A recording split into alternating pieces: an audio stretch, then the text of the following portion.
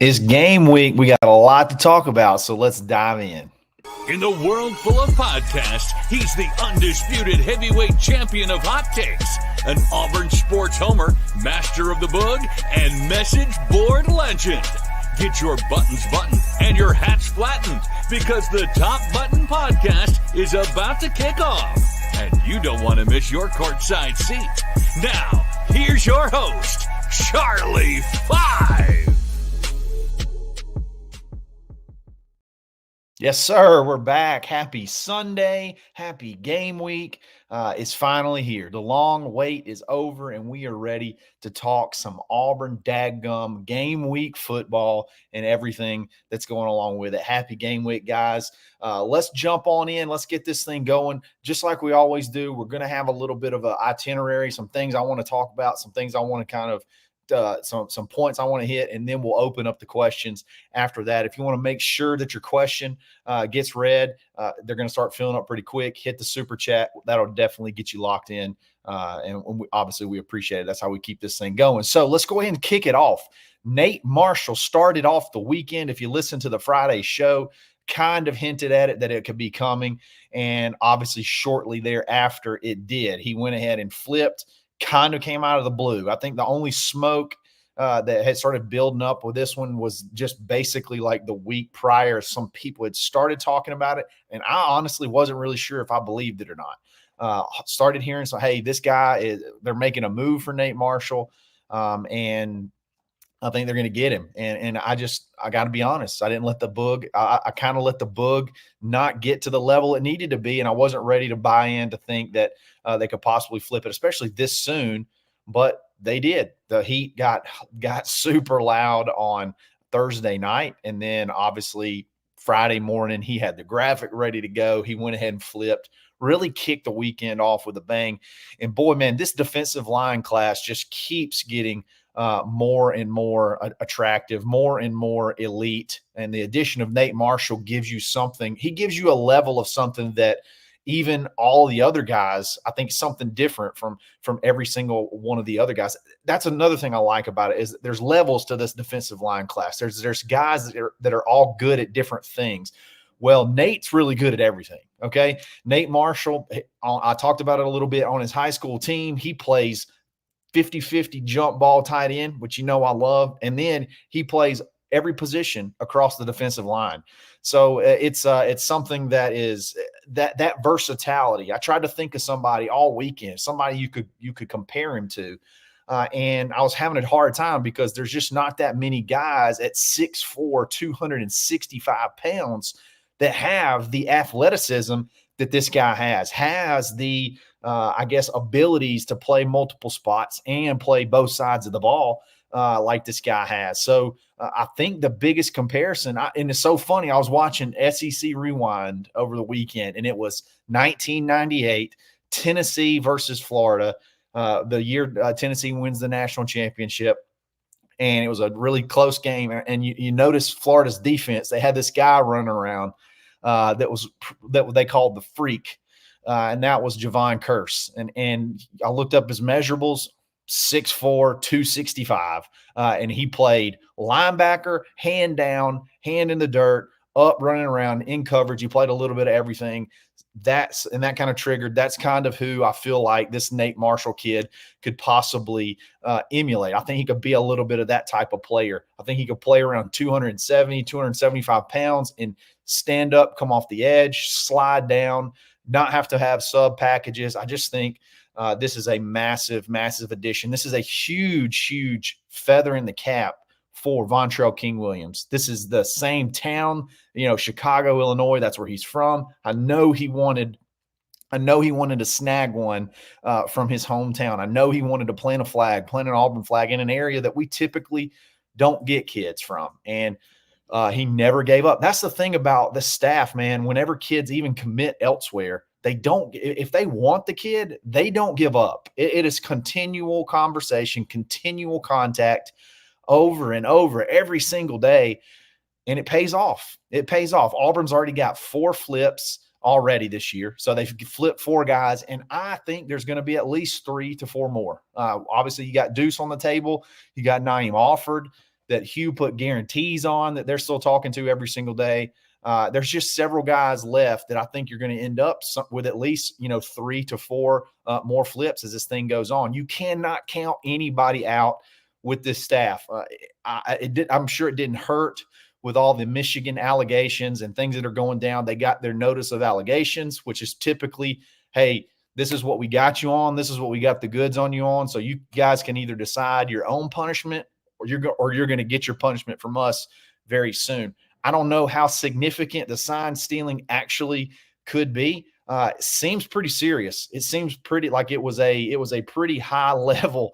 You had like espionage. You had spies go into other games and things like that. So I feel like this could possibly be a pretty serious penalty coming, and I'm sure that's being harped on. I'm sure that they let Nate know that over and over and over again. Hey, the bad news is, Nate, when you get there, stuff that happened 2 years ago, you're going to start hitting the penalties from right when you're ready to play ball, your sophomore, maybe even your freshman year. That's whenever you could possibly have that bowl ban or some probationary type stuff. And I'm sure we're definitely using that not only with him, but with Andrew Babalola as well. Huge addition. And it makes that defensive line that much more versatile. What a class that you have, especially I think the little bit of unknown about Jared Smith, not 100% sure about how he's going to perform on the field with the game he had on last Thursday. You throw that kind of freaky athletic ability. We got Nate Marshall. Then you got your dudes in the middle, Jordan Crawford, who's a monster, Malik Autry, who's an absolute mountain. And then obviously you got Antonio Coleman and what happens with him. So you got a really, really good all-around defensive line class that can do a little bit of everything. You got to be fired up about that. And I don't think Auburn's slowing down anytime soon. As a matter of fact, this could be the beginning of, this last little run. Auburn could go ahead and get close to finishing this class off here pretty soon. So big addition. I didn't get to talk too much in depth on it. I didn't get to talk too much in depth on it Friday because it hadn't technically happened yet, even though we all knew it was going to pop just hours after the show went live, and that's exactly what it did. All right, switching gears, week 0. Okay, I think there's some stuff to talk about from this FSU Georgia Tech game that have I think will have a little bit of impact on Auburn as well, and I think it's something to talk about. So number one, this was the introduction to helmet comm. Okay, helmet communications, and I'm going to be honest.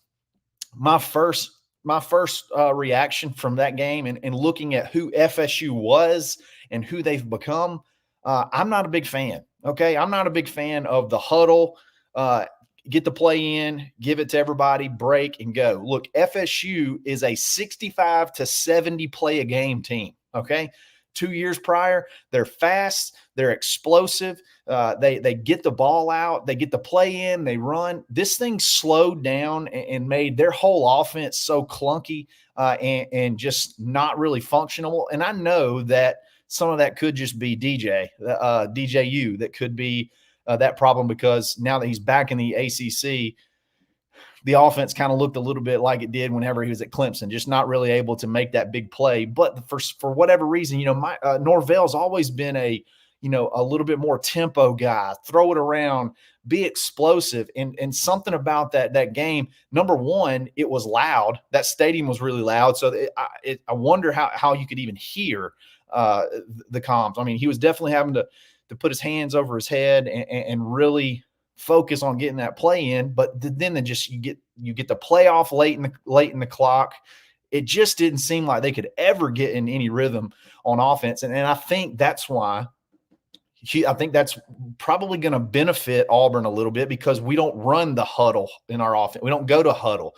So I don't think the play calling, the way play calling is called, I don't think that's really going to I think it's going to affect Auburn's offense at all because we don't call plays like that. Everybody looks to the sideline. Your different position groups get their signs that are called in all for the same play. I don't see that changing. That's going to help Auburn continue to be able to go tempo. The sound is not going to really affect things. Now, when there's a check or if there's a coach in the headphones that's saying, hey, we got this play in, it's signaled in, be watching so-and-so, be watching the free safety. You're going to have the matchup here with Cam Coleman. You're going to have this, you're going to have that. I think that is highly beneficial. But I don't see Auburn really getting in a situation where things get clunky. I don't think the headphone issue. It's going to take a lot of time for people to get used to it, coaches to get used to it. But it definitely Haynes King was definitely having issues hearing as well. I've seen some people say that in the chat. But for whatever reason, I felt like my first review from the headphones, I'm not a big fan so far. I'm not a big fan of the helmet comms. The way those two teams executed it wasn't a big fan. Love the 2-minute warning. I love the 2-minute warning at the end of both halves. I think that's something that you got to get used to, because you got to plan for that extra timeout. I think that's a great addition. Getting more and more like this NFL product. So I'm a big fan. I'm a big fan of that. I think that the helmet comms, I'm not the helmet comms. I think the 2-minute warning is great. Not 100% sure on the helmet comms. And I really don't think it's going to make a huge difference as far as how the play calling and signaling works for Auburn. But I can see where, from an audible situation or helping Peyton be able to see the field, or helping kind of give him a red flag on who to be identifying, who to notice where the matchup is. I can see stuff like that helping, but it's going to be a work in progress, because I thought FSU's offense looked pretty horrid, and that's not typically. I know they call it the 2-minute timeout, not the 2-minute warning. I guess there's a trademark on that in the NFL. But yeah, switching gears a little bit, but staying on the same topic, FSU. Okay, this is year 5 of, I believe, year 5 or year 6 of Norvell at FSU. Okay, and last season they took 17 transfers in the portal. Okay, this is a time where they should be building. They should have had this thing built to the point where you have high school class stacking after high school class, stacking after high school class, and for whatever reason, we're still year 5, we're bringing in more transfers than we've ever brought in before. And I think it just goes to show you that as good as you can bring, as good as the players you bring in the portal, I think that what Hugh's doing and the basis of building it through the high school is, for a consistency standpoint, is how it's got to be done. The culture aspect is easier to sort of instill and sort of easier to breed when you have your hands on dudes for multiple years. You're bringing guys in at the beginning and getting your getting your feet, cementing your culture, cementing everything that goes along with that, and you can kind of continue to build that. To be this far into it and having to bring in that many dudes in the portal, everybody can get guys in the portal now. Like, everybody can get talent. So the way you stand out, the way you differentiate yourself, is to continue to build high school depth, highly rated high school depth. And I don't understand why this late in the game, Florida State's not starting to wean themselves off of having to use the portal. I think you'll see some of the better teams out there. It's going to be 8 to 12 8 to 12 max, as far as bringing in guys from the portal to fill a hole, fill a this, fill a that. But bringing in 17 guys in year 5, like, what's going on? What's going on? That's not going to get it. That's not going to get it, because then you're going to have guys like Brent Key, who are big culture guys. Now, he has brought a bunch of guys in the portal, but you're going to have coaches like that. They're going to be able to knock you off because they're going to be able to get players too. So that whole thing, I'm not really sure. I'm happy with how Auburn is working it. Their first year, Hugh brought in like 21 dudes in the portal. This past season, I think they only brought in 15. And I think from that 8 to 12, I think that's going to be kind of ideal. And the closer you can get to that 8 number, I think the better. I think the better it's going to end up being all around for the better for chemistry, for just continuity and competition, everything. You just kind of know who's there. You know how to build around it. And I like the way Hugh's doing it. Really, really focusing on the high school ranks. So that's my week 0. There was not a lot of week 0 talk. There's not a lot of games to really dive into. This was obviously the big one. And then this coming up week is when, it really all kicks off. Auburn we finally get to see this Auburn Tiger team that you've heard about, you've heard talking about a lot of the scrimmage talk, the practice talk, spring ball, all this stuff. It's finally coming to an end, and you're going to I just saw a funny comment. And then you're going to kind of put it on the field and see that final product this weekend. So this is a big week.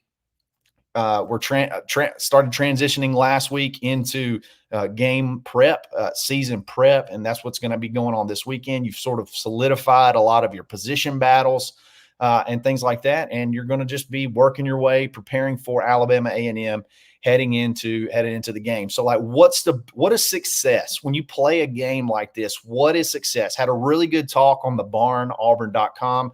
If you're watching this, if you're in the comments, you guys need to join. Try it for just $1 for your first month, see if you like it. But we had a really good conversation on how can we define Saturday as success? Because obviously you're playing a team that's going to be way overmatched. So what does success look like against a team like this?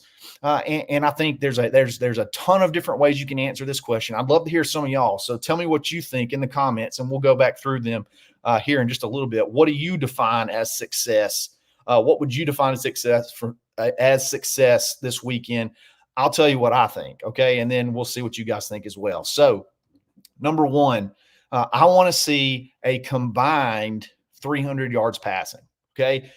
Last year, you could not throw the ball.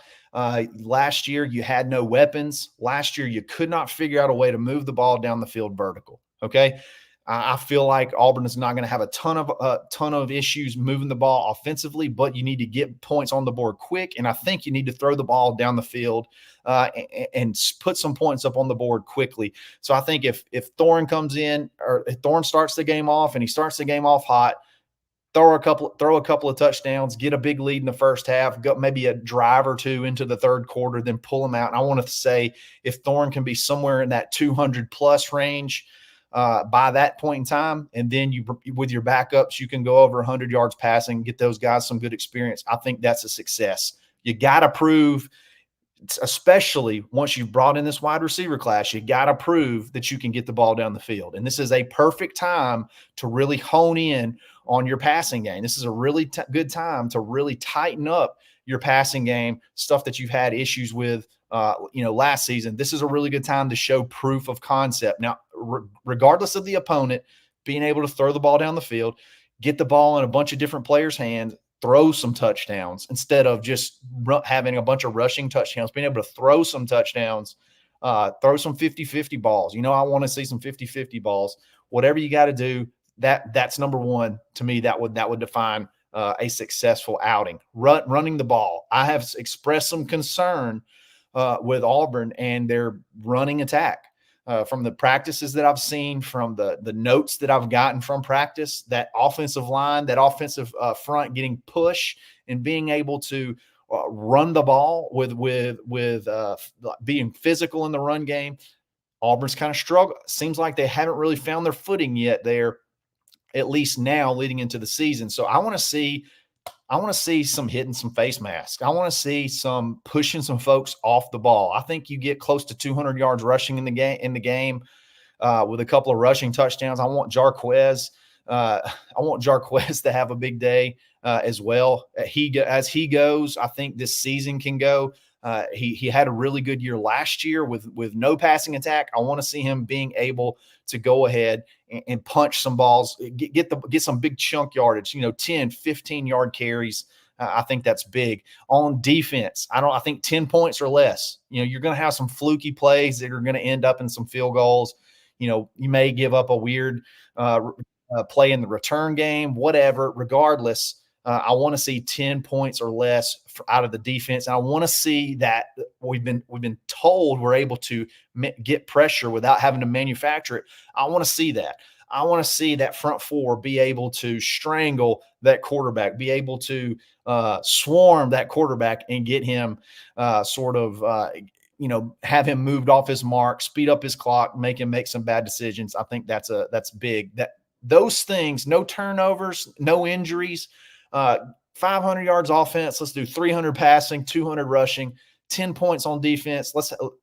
maybe create a turnover. I think though the score from that point, you know, I think if you take those things, if those things happen, the score part will take care of itself. I think Auburn hopefully can score somewhere in the neighborhood of, high 40s, low 50s, something like that, and keep them under 10 points. I think you're happy with week one and how week one plays out. So again, you got to keep. I'd love to hear. Hey, I'd love the good comment that just came in. If you tell me what you think success would be. Also, hey, tell me what you think the score was going to be. Tell me what you think a good score would be that would make you feel good about. Tell me in the comments. We'll talk through it. But that's pretty much all I got for tonight. And I want to get into the comments. I want to get into the questions and have some fun. Have some fun there. So let me scroll back to the beginning. And really dive into it. Ryan Piercy, the question everybody wants to know. Nate Marshall, boom. When is Deuce making the move C5? Great question, Ryan. He's coming in on a visit this weekend. I honestly don't see it going back. I don't see it going much longer than this weekend. If I had to make a guess, I would say by the end of the day on Sunday, he's probably on the flip, on the commit list. He's made his flip, but we'll have to see. He could very well do it prior. He could very well do it, before he gets here. He could do it the day of. But I think what he's going to typically do is, what they typically do is they come in, they have a good visit, and then they go home, and then that's whenever they have their graphics done. That's whenever they have all their good stuff, and go ahead and make it official. But I don't see, there's nothing that slowed this thing down. There's absolutely nothing that's made me feel any different about the recruitment. I've been locked in on the end of this month since this whole thing started coming out from the intel that I had. I said, don't fall for any of the August the 8th, August the 15th. If it doesn't happen this Friday, then it's good for Notre Dame. I had said, pay no attention to that. It's the end of the month, and it's always been. Look, he felt Notre Dame really brushed him into his commitment, and he's going to take his time and make sure he's done this thing right. He's vetted everything out, and I think it's still it's going to be the Auburn Tigers, and it should be something that happens. I would imagine no later than Sunday. And I tell you what, if it doesn't happen on Sunday, I'm still not worried. There's nothing that's come out that's made me feel that I should be nervous or anything about this, but I do think it happens over the weekend for sure. Chris Baker, best intro ever. I like the intro. I think it's a little bit long, but that I do like the beat. Kind of gets you fired up. Thomas Jones, super chat. Appreciate it, brother. Appreciate the super chat. Definitely love. Definitely helps the game out. So appreciate that big time. Here we go. Johnny Barner. Yes, sir. Johnny Barner, the barn, it just kind of goes together. I dig it. If Auburn lands offered tonight, they will jump from number 5. Will they jump from the number 5 recruiting class to a top 3? I think I've done the math. And if those two guys, actually, I have not done the math. Taylor Korn, if you're on the barn, auburn.com, we actually have a thread on this. And it's like every possible scenario that could be. I introduced her to the 247 class calculator, and she has taken the bull by the horns. And she is literally, I think there's every single scenario and where it would put Auburn in the standings. This would easily get Auburn. Auburn's right at 5 right now. I think Deuce may jump Auburn to 4. If you were to add Offord, you're going to jump way up into that top 3 category. And then there's the guys that there's possibilities that Auburn's talking to with, Andrew Babalola, Malachi Goodman, Tyler Lockhart, Naeem Offord, Caleb Cunningham, like these guys that you're still pushing for, you're still pushing for flips. If you start adding some of those in, there is a realistic pathway to a top 2 class, maybe even the number 1 class, if literally all the cards fall in Auburn's direction. And for that to actually happen, for that to actually play out, you got to have a good game this weekend, and you got to have a really good start to the season. Really, really build that momentum and kind of get that wave pushing over the edge. But yeah, if you get offered tonight, you're definitely going to be in the top 3, and you're going to be primed to make a charge for that number 1 class.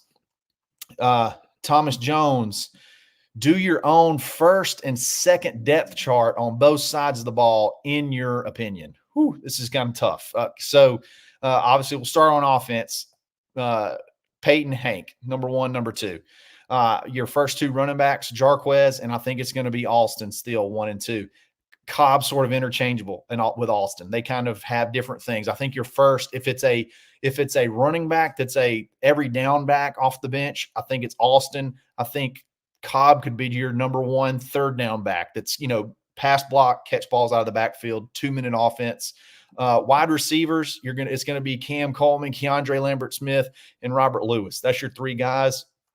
After that, Malcolm, there's really no 1, 2, 3, and 4 like defined spot after that. It just kind of feels like you got Malcolm Simmons in there that's going to get some time.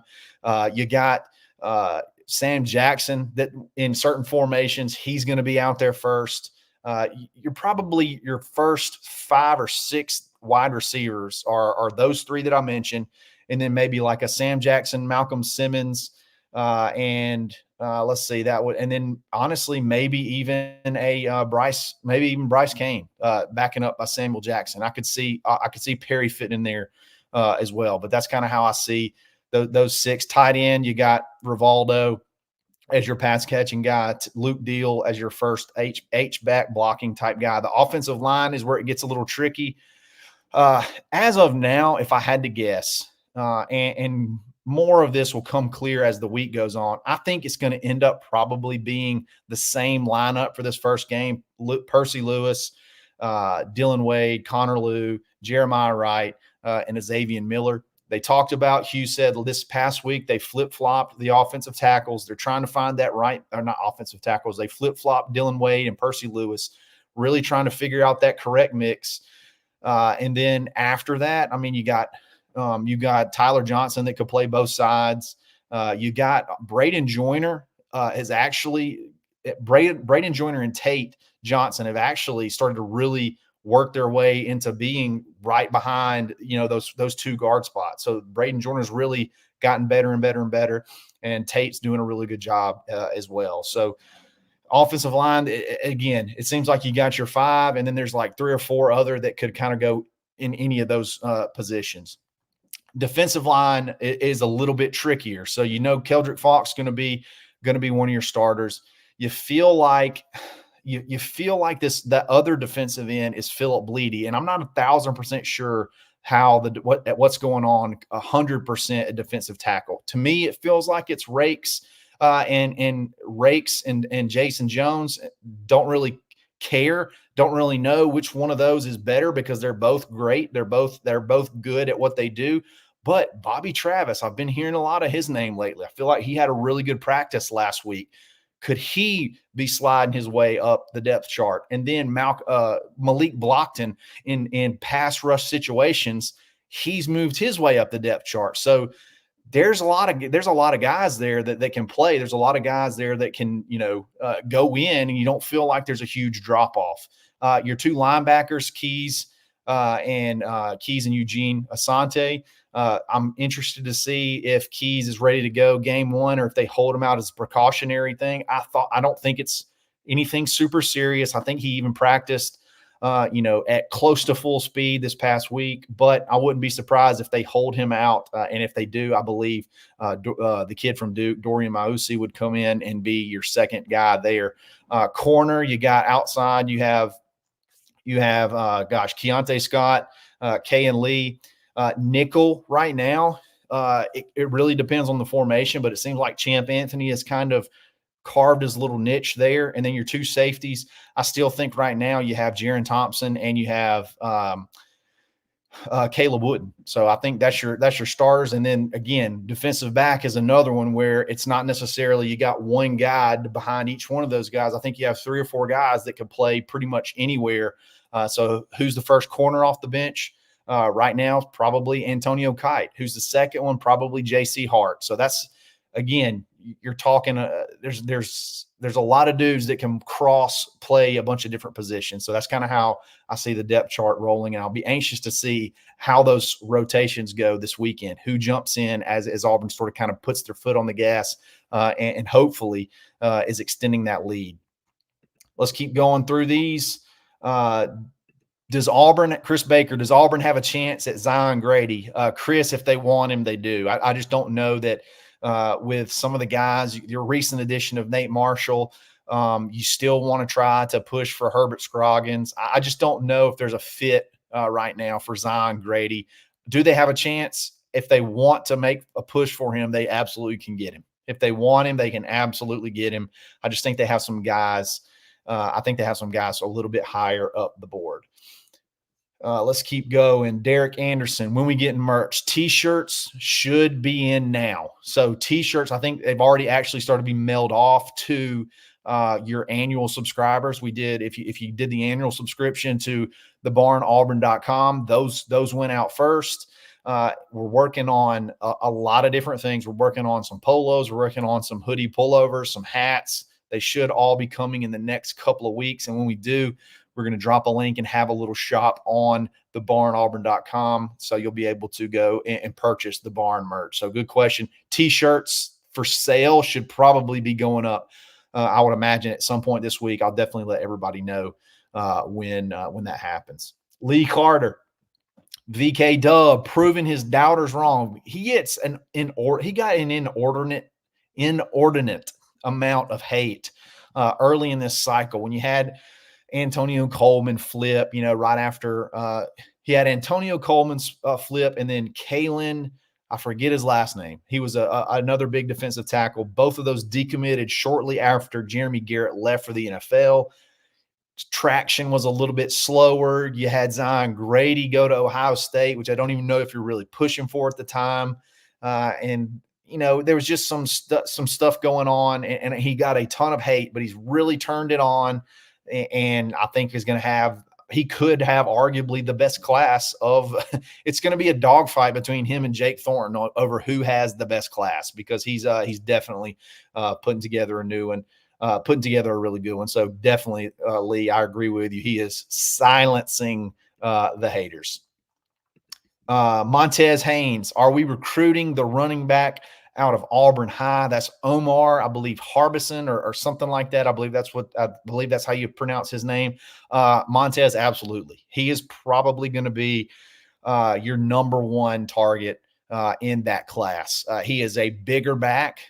He was unstoppable. I think he had an unbelievable first game last Friday, and he's it seems like even in practice and whatever, he's dominant. He's a very lowly rated guy right now. So I think this will be a breakout year, and you'll start to see his ranking and his recruitment skyrocket, but absolutely that he is probably going to be your number one target for that class at running back.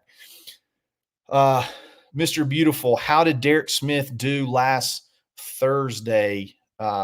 I don't know that I have his stats in yet. I'm working on those. We have a thread on thebarnauburn.com. We call it Friday Night Insights, where we let people, I get stats, and we have other people that get stats, and we kind of try to keep everybody in the loop on who's doing what and who's having big games. And actually the show tomorrow is going to be about a lot of those guys that have big games, but I don't have his stats, but I'll be looking into those.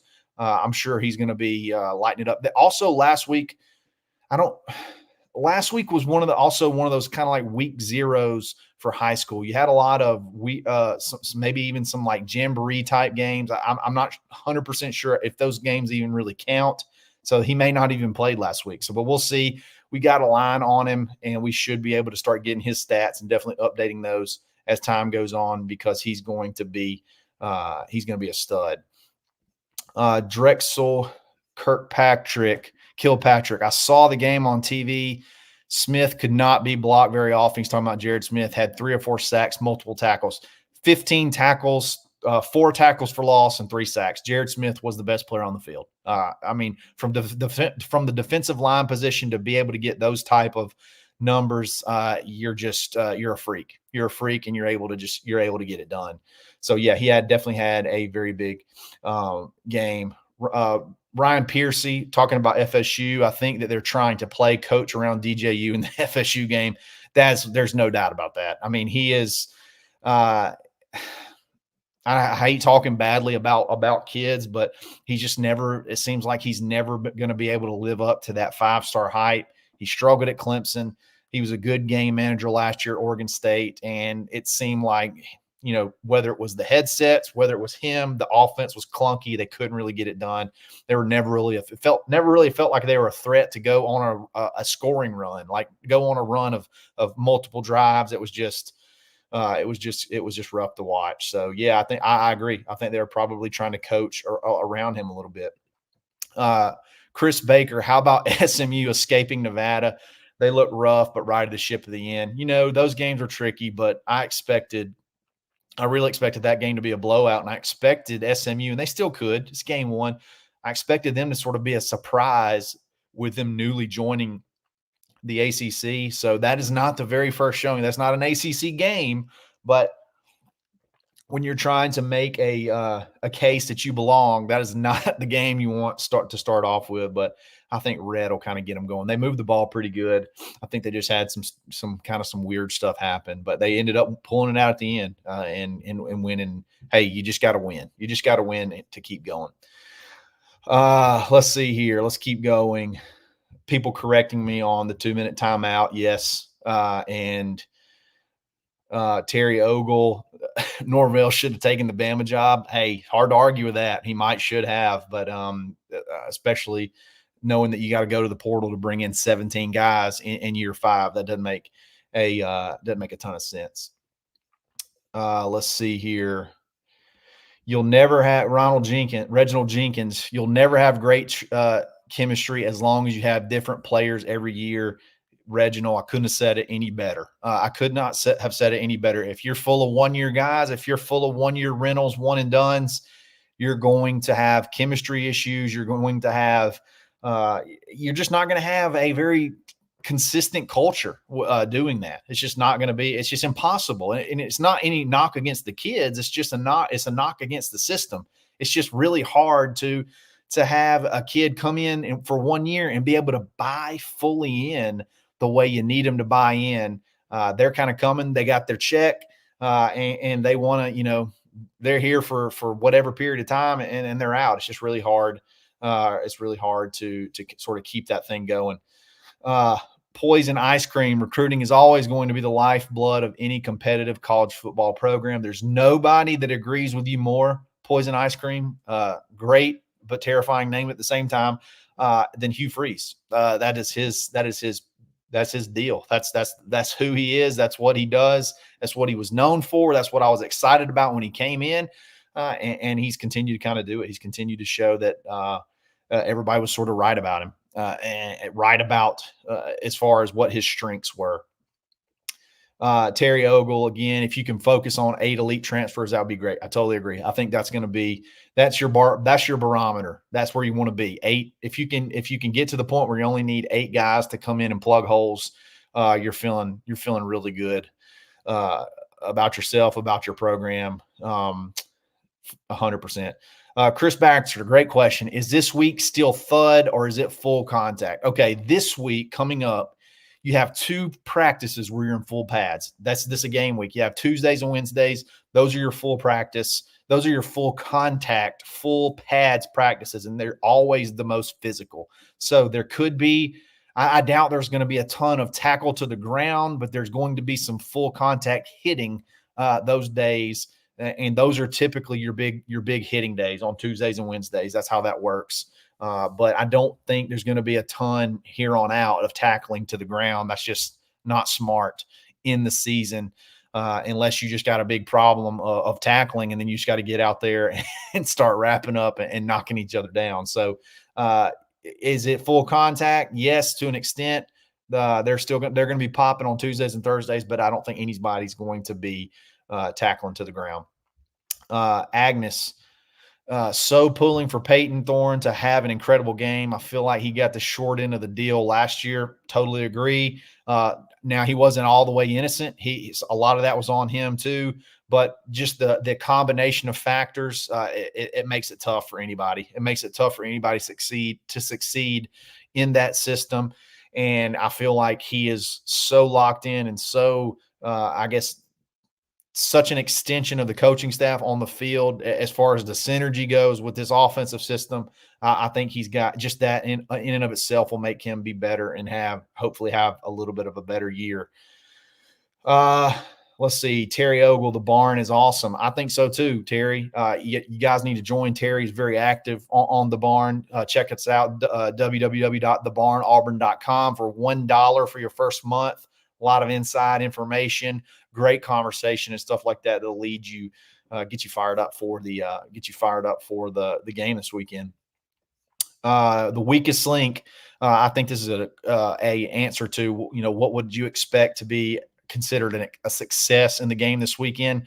Take care of business with a comfortable lead and get the backup some game reps. Dadgummit, weakest link. You nailed it. You got to get a comfortable lead quick, and let's get some young guys in there to make some plays. I want to see Walker White throw a football. I want to see Walker White throw a forward pass this weekend. I want to be up so much that the fourth string quarterback gets time to come in and throw a pass. And I think what's going to be hilarious is when Malcolm Simmons has 2 catches for 120 yards late in the third quarter, because he gets in and he's going to be explosive and chomping at the bit to go score. War Eagle, Wyoming, 48-point spread is a huge number. I think it's 47.5 is the spread. If it's 50-10, that's still not covering, and that's kind of what I said I wanted to see. So yeah, 48's a big number. So that one's going to be tough. That one's going to be tough to cover. I'd probably favor Alabama A&M on that one, but they are a very undermanned team. So who knows what can happen. Ryan Piercy, any updates from the scrimmage yesterday? Absolutely. If you're a member of the barn, we did a full breakdown of the practice yesterday. It was very light. It was not super physical. I think they've sort of developed the scout team now, and it was a lot of like game week prep, where it was a scrimmage, but it was scout team versus the ones. I think on both sides of the ball. Keandre Lambert-Smith seems like he's back almost 100%. I think he really shredded the defense. He's a chain getter. He's a first down getter. If it's third down, Robert Lewis and Keandre Lambert-Smith find the sticks, and they're able to move the chains. And then DeMarcus Riddick, don't stop hearing about this kid and all the things they're doing with him. I think he had a big scrimmage. They were putting him a little bit all over the place. So again, not super duper in detail, other than Peyton had a really good day. Hank had another really good day. The receivers did really well. And it was just not one of those like really bang, bang physical scrimmages. And it was ones on the scout team. I think the scout team's kind of ironed out for the year there. Echoing that, Agnes, heard that at the scrimmage, Peyton Thorne was totally in charge. Yes, that's hearing the same things. Same things to that. Also kind of came out injury-free. We're a little dinged up. There's some guys that got some aches and pains, which is totally normal. But for the most part, you've kind of got out of this fall camp, and it is fall camp. Somebody got on me saying it was called summer camp. I'm like, no, summer camp's when you go go camping or go to the whatever, band camp or something like that. That's summer camp. Fall camp for the beginning of football is the practices before the season starts. That's always been fall camp from the beginning of time. Let's see. Ryan Piercy, have they got the left tackle position sorted out yet? I don't think so. I think it's going to be a work in progress, but I do think, and I could be wrong, and if I am, that's fine, but I think it's going to end up being starting off the year with Percy at left tackle, and then they'll kind of see how it goes from there. But there are rotational things they're trying out. So if it does become an issue, they got something quick they can go to the fly on. Hey, worst case scenario, Dylan Way's out there at left tackle, and he was phenomenal there last year.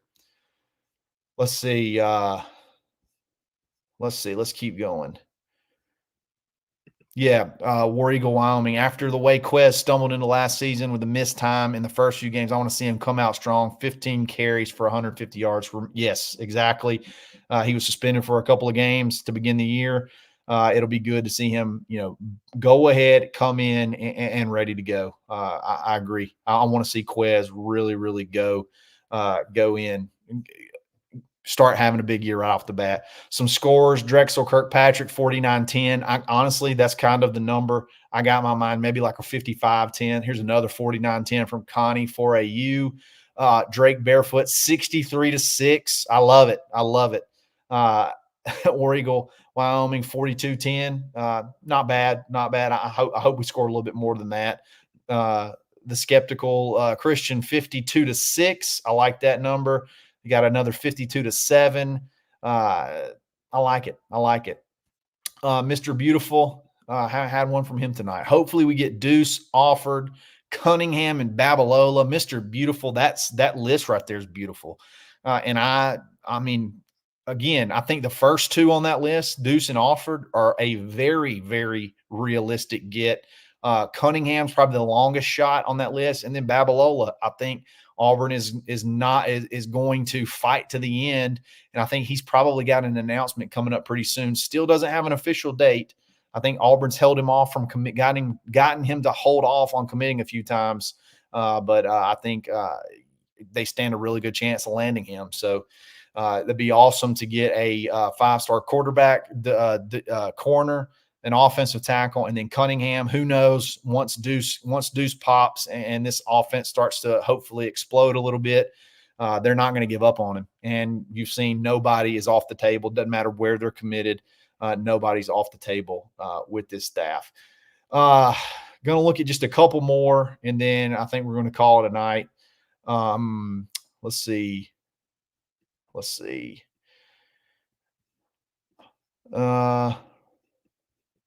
It's a lot of conversation. I kind of dig it. Everybody kind of talking back and forth. Drexel, Cal will be the best test early. Yeah, I agree. That's going to be where you're going to really know. You won't be able to tell a ton. Won't be able to tell a ton from this one, but I can see once that happens, once that Cal game happens, you'll really know where they stand. This is a good question. Scotty King, you think Hugh Freeze shows a lot or as little as possible? So from a schematic standpoint, I don't think you're going to see anything like overly complicated, but I think he's going to air the ball out. So it depends on what you think, what you call a little, what is showing. What is showing? We're going to throw the ball. They're going to throw